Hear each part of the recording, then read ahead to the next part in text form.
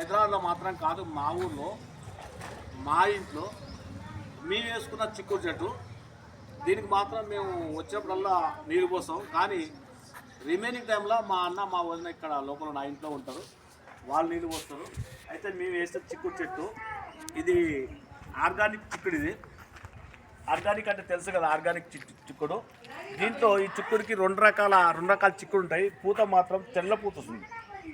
ఈ పూత చిక్కుడు ఉంటుంది, మళ్ళీ మెరూన్ కలర్ పూత చిక్కుడు ఉంటుంది. మెరూన్ కలర్ చిక్కుడు ఉంటుంది.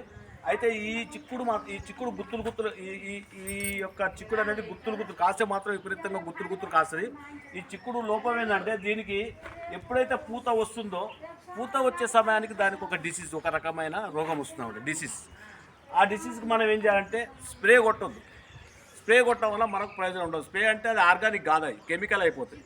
కొట్టకుండా మన ఇంట్లో మనం వాడుకునే బూడిద ఉంటుంది కదా, మన పొయ్యి మన కట్టెల కాలు పెడితే కొంచెం బూడిద వెళ్తుంది.